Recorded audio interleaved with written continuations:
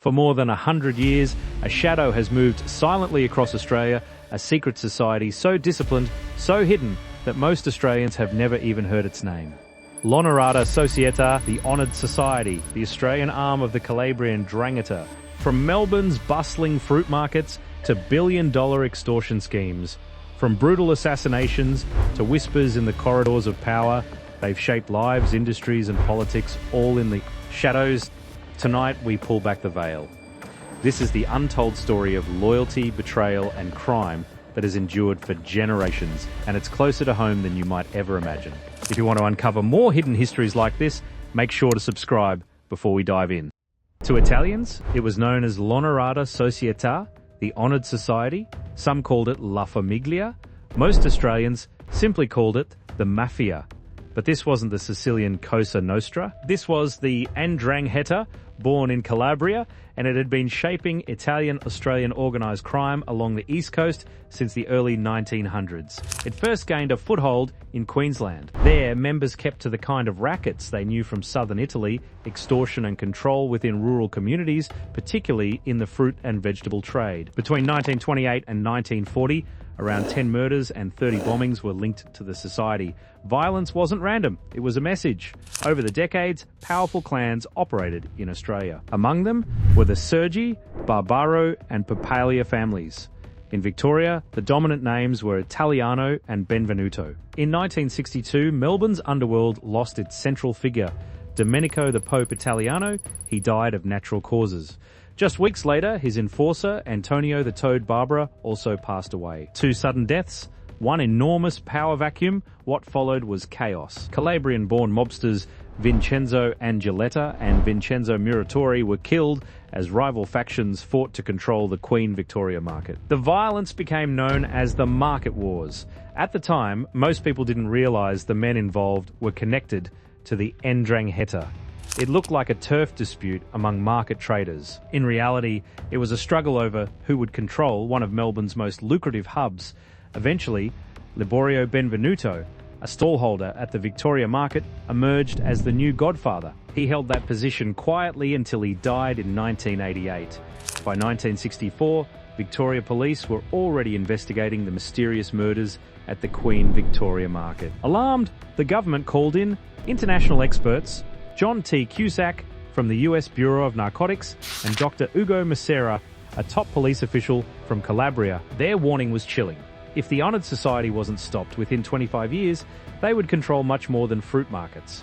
Their message was direct. The society was active in Melbourne, and if it wasn't stopped, they warned, within 25 years it would move far beyond intimidation in produce markets. They outlined exactly where it would expand: labour rackets, wholesale alcohol and soft drink distribution, imports of olive oil, tomato paste and cheese, Italian bakeries and food distribution. Networks, vending machines, nightclubs and taverns, music recording and distribution companies, theatrical and modelling agencies, construction and roadworks.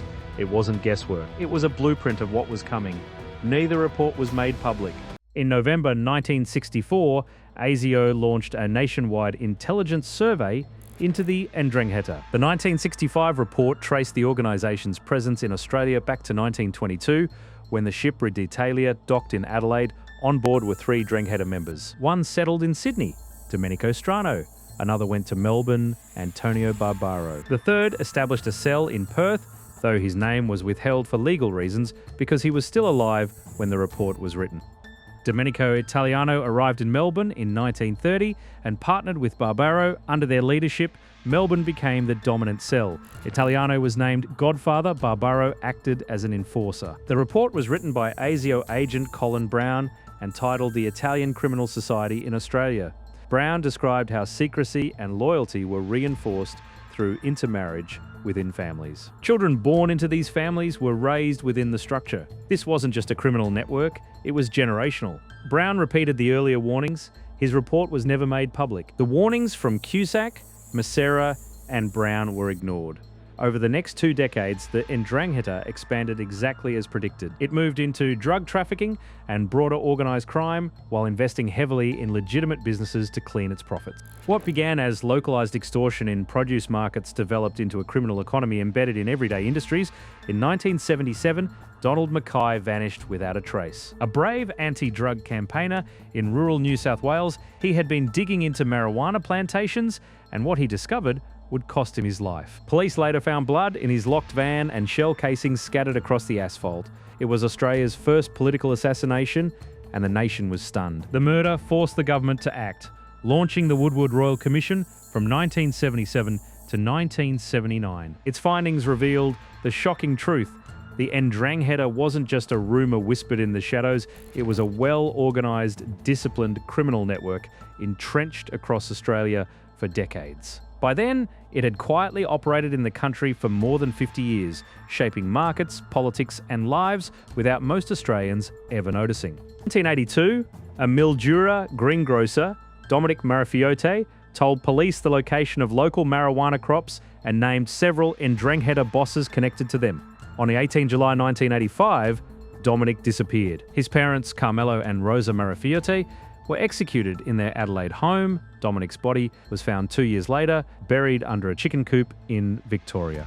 Also, in 1982, Race Matthews, Victoria's newly elected Minister of Police, called for an update of the Cusack report. The updated findings stated that the economic and social strength of the society had grown significantly in the 18 years since the original report, and that effective countermeasures are beyond the present capacity of the Victoria Bureau of Criminal Intelligence, BCI. That same year, Victorian police arrested Gianfranco Tizzoni with a boot full of marijuana. He was identified as the society's main drug distributor in Victoria. In 1983, he became a supergrass. Tizzoni named James Bazley as the hitman responsible for Donald Mackay's murder and identified principals and members of the Ndrangheta in Victoria. He also told police that the society had infiltrated policing, politics and public offices across Australia. The information was compiled in a 1985 BCI report, but due to staffing shortages and limited resources, no action followed. Notwithstanding that the Bureau has identified many organisation principles and members and activities, legal and illegal, it is virtually powerless to do more than reactively monitor. 1985. Victoria Bureau of Criminal Intelligence report. The report was never made public, though 2 of its officers later spoke about parts of it at a public meeting. In 1990, Pasquale Il Principale Barbaro, a Canberra mafia boss turned police informant, named Rosario Ross Gangjami as the de facto head of the Honoured Society. Italian police had previously identified Gangjami as ordering the Victoria Market murders in the mid-1960s under instructions from Laborio Benvenuto, father of Frank Benvenuto. When Laborio Benvenuto realised he was close to death, he nominated Giuseppe Joe Arena to succeed him as Melbourne Godfather. Arena, aged 50, was shot dead by a rival faction just 6 weeks after Benvenuto died in 1988. Michelle Scriva, another Gangjami associate, carried out Melbourne's first mafia hit in 1945, stabbing Giuseppe Fat Joe Versace 91 times.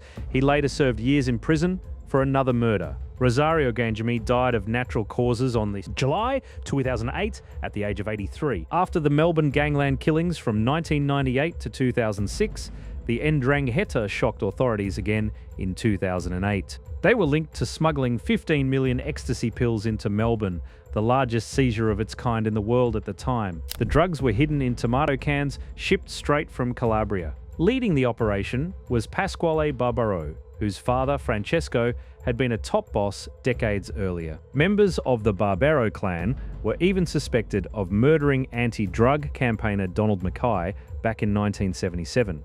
The reach of the Honoured Society spanned decades, and nothing stayed hidden for long. In 2006, it was revealed that Coles and Woolworths had been extorted from the mid-1960s until the early 1990s. They paid 50 cents per case on fruit and vegetables sourced from suppliers nominated by the Ndrangheta. A Coles executive told police the scheme cost the company at least $5 million a year. The arrangement ended when Frank Costa took control of the fruit and vegetable supply. Italian authorities later alleged that Tony Vallelonga, former mayor of the Western Australian city of Stirling, was associated with Giuseppe Commisso, boss of the Saderno clan of the 'Ndrangheta. In 2009, Italian police intercepted conversations between the two discussing 'Ndrangheta activities. Vallelonga had migrated to Australia in 1963 and built a long career in grassroots politics. A 2016 report by Vice Media stated that between 2004 and 2014, members of the group accumulated more than $10 million in real estate and racehorses in Victoria alone, funneling money into wholesalers, cafes, and restaurants. In June 2015, BBC News covered an investigation by Fairfax Media and Four Corners alleging that the Ndrangheta operated a drugs and extortion business in Australia worth billions of euros, and that politicians had been infiltrated by the Calabrian mafia. The same 2016 Vice Media report noted that a court found it reasonable for police to suspect Melbourne mafia figure Antonio Mataferri of placing a $200,000 hit on a man he believed was providing information to The Age. In February 2020, two individuals described as multi-millionaire fruit and vegetable kings were alleged to be Ndrangheta capos with ties to the secretive organisation. The Sydney Morning Herald reported that neither man was accused of any crime in Italy or Australia. The claims emerged from Operation Ifamos in Calabria, which led to the arrest of 65 men over alleged mafia activity, including extortion and political corruption. In April 2023, it was reported that the leader of the Melbourne Rindrine, one of the prominent Australians named by Italian authorities during Operation Ifamos, had stepped down. He nominated two successors whose identities remain legally suppressed in Australia. When the media talks about the Ndrangheta in Australia, the spotlight almost always lands on drugs. Operations like Ironside have reinforced that image. Encrypted phones, international shipments, massive seizures. And yes, the drug trade has been central to the Ndrangheta's wealth and influence for decades, but that's only part of the story. As outlined in Chasing the Mafia and reported by investigative journalists over the years, there is another dimension that receives far less attention: political infiltration and social power. Illegal profits have flowed into legitimate businesses. Influential figures have positioned themselves as community leaders within the Calabrian and broader Italian diaspora. This side of the organisation is rarely discussed openly. Fear and intimidation play a role.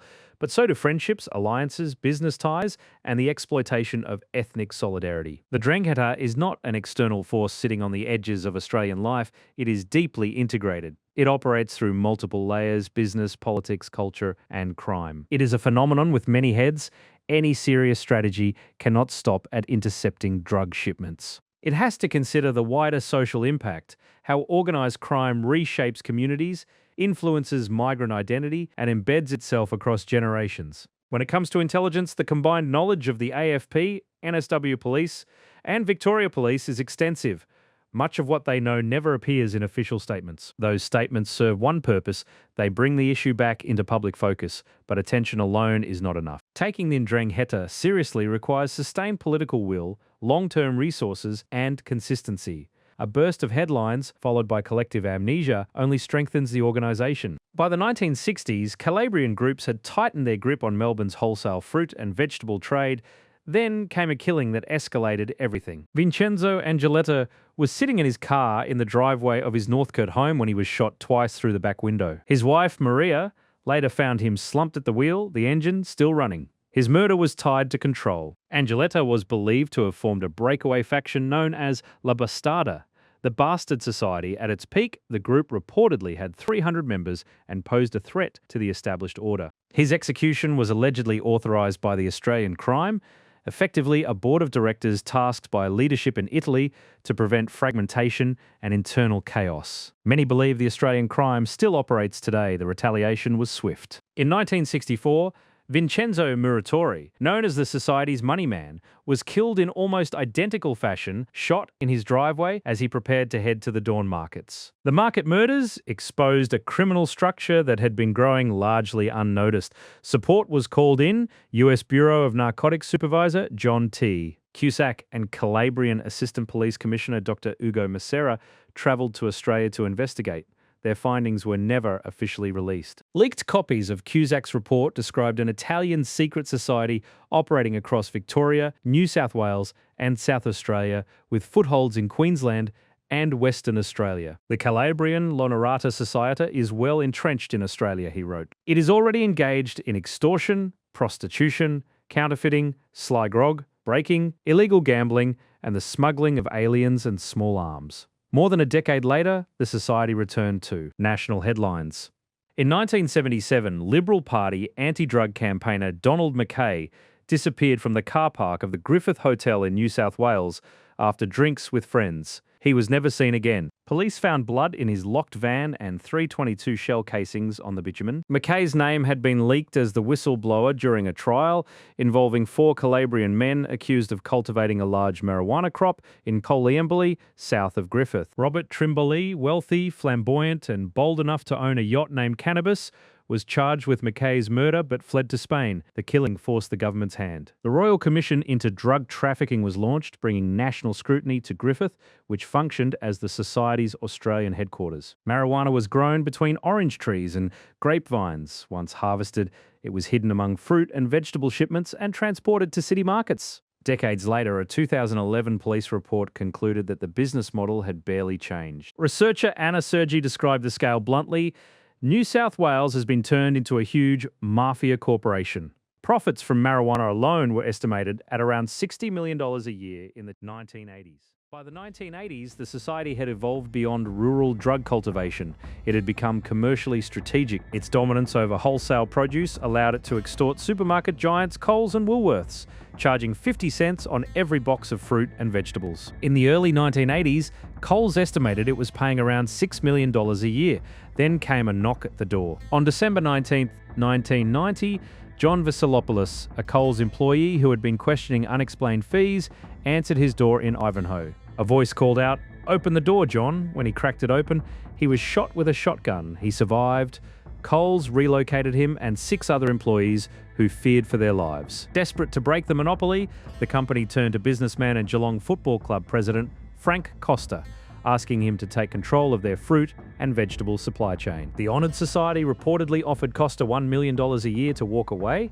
When he refused, he was threatened with death. When Melbourne's Gangland War erupted in 1998 with the killing of Alphonse Gangitano, 36 men would die over the next decade in brutal infighting. Yet the Honoured Society largely stayed on the edges of that chaos. Its most significant loss came in 2000, when Melbourne boss Frank Benvenuto, a greengrocer by day, was shot in the driveway of his Beaumaris home. By the mid-2000s, influence was being exercised in different ways. In 2005, lawyer Joseph Aquaro helped secure a visa for Francesco Madaferri, a Calabrian criminal who had overstayed his tourist visa for 12 years. Then Immigration Minister Amanda Vanstone approved his stay on humanitarian grounds. 3 years later, Francesco Madaferri was arrested in what was then the world's largest ecstasy seizure, 15 million pills hidden inside tomato tins. 17 other alleged Honoured Society members were charged across Australia. Despite this, his brother Antonio Madaferri maintained his standing as a powerful Melbourne businessman with political connections. As revealed by The Age journalist Nick McKenzie, Antonio hosted a political fundraiser at his Docklands venue, attended by federal Liberal MP Russell Broadbent and Victorian opposition leader Matthew Guy, who at the time was planning minister. Many believe scrutiny surrounding these connections contributed to Joseph Aquaro's death. In December 2015, a court found that it was reasonable for police to suspect accused Melbourne mafia boss Antonio Madaferri had put out a $200,000 hit on a man he believed was providing information to The Age. Whether through drugs, intimidation, business control, or political access, the pattern is consistent. The Ndrangheta does not rely on one source of power. It adapts, it embeds, it survives. What makes this story unsettling isn't just the violence, it's the longevity. For more than 100 years, the Ndrangheta has managed to survive in Australia through wars, political change, royal commissions, media investigations, and gangland crackdowns. Names changed, faces changed, but the structure endured. This isn't simply a criminal history, it's a story about how organised power can grow in the shadows of institutions that underestimate it. If you found this exploration valuable, consider subscribing to more in-depth historical investigations. And if you have thoughts on what you've heard, whether you agree, disagree, or want to add context, leave a comment. Serious discussions help keep complex histories alive. Thank you for watching.